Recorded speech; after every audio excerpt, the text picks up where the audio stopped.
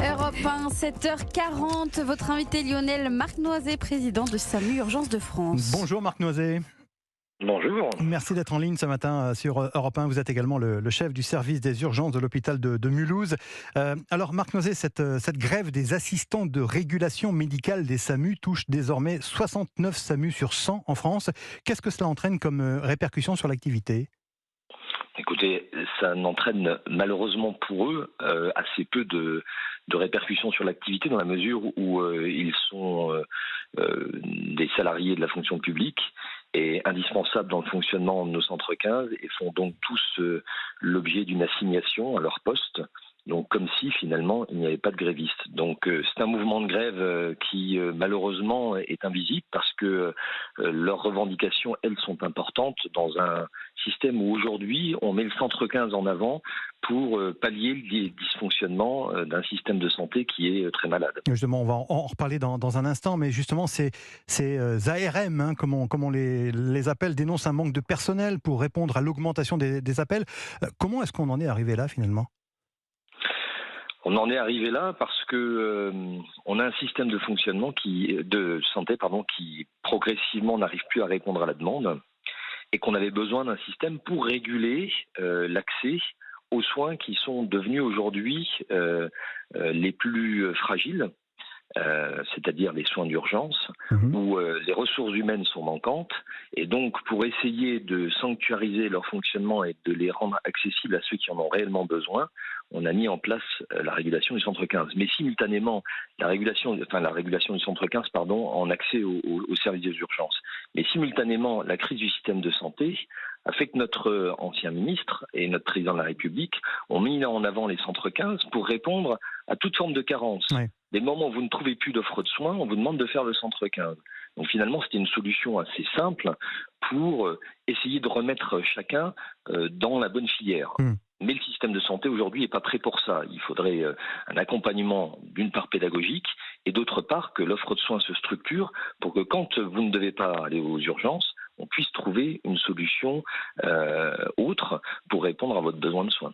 Le nouveau ministre Aurélien Rousseau a estimé hier qu'une partie de ces revendications était légitime. Vous pensez que ça peut permettre de débloquer la situation, même si encore, vous le disiez, il n'y a pas de répercussions concrètes sur l'accueil et sur le fonctionnement des SAMU ?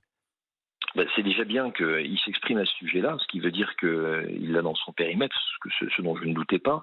Je pense que évidemment leurs revendications sont légitimes. On les met en avant dans un métier qui est compliqué, où ils ont des responsabilités, où ils font des actes de soins téléphoniques, parce qu'ils accompagnent par exemple les premiers témoins d'un arrêt cardiaque pour expliquer comment on fait un massage cardiaque jusqu'à ce que les secours arrivent. Donc on voit toute l'importance du travail qu'ils font. Or, ils sont aujourd'hui mal rémunérés.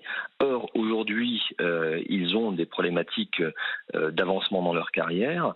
Et puis, l'activité des centres 15 a tellement augmenté qu'effectivement, il y a une problématique d'adéquation du nombre d'assistants de régulation médicale par rapport au flux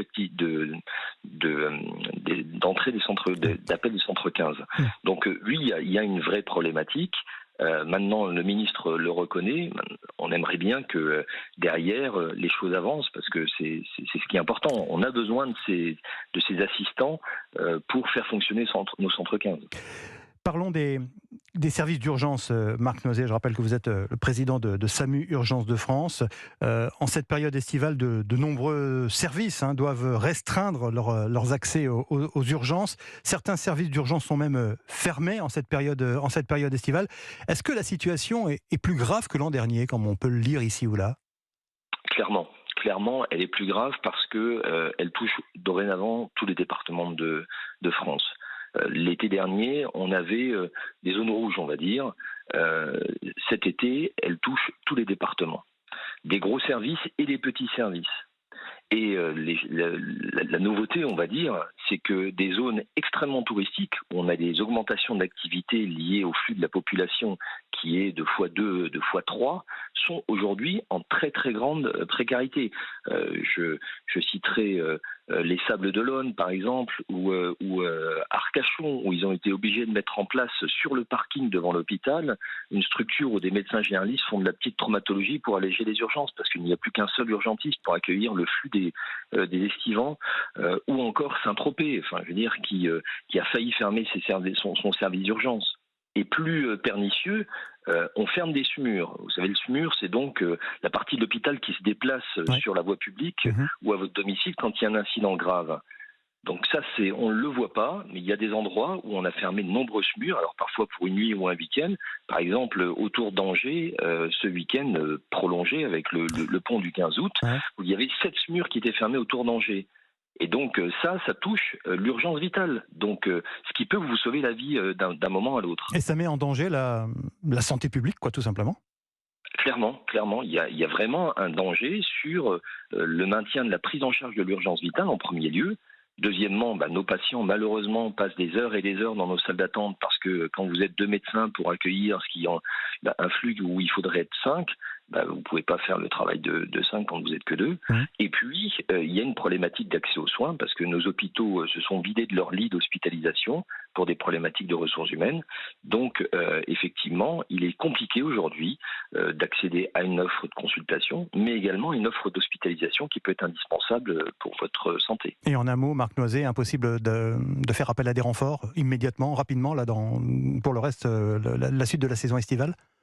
Vous savez, tous les renforts qu'on a pu mobiliser l'ont été. L'application de la régulation de la rémunération des intérimaires a fait beaucoup de mal dans ce sens-là, parce qu'elle était beaucoup plus libre, la rémunération, et on arrivait à mobiliser les gens. Bon, c'était un mal nécessaire, mais maintenant il va falloir rebondir, reconstruire quand même quelque chose qui soit un petit peu plus stable, parce que depuis 3 ans, de mois en mois, de saison en saison, on ne fait que gérer une forme de crise du système de santé.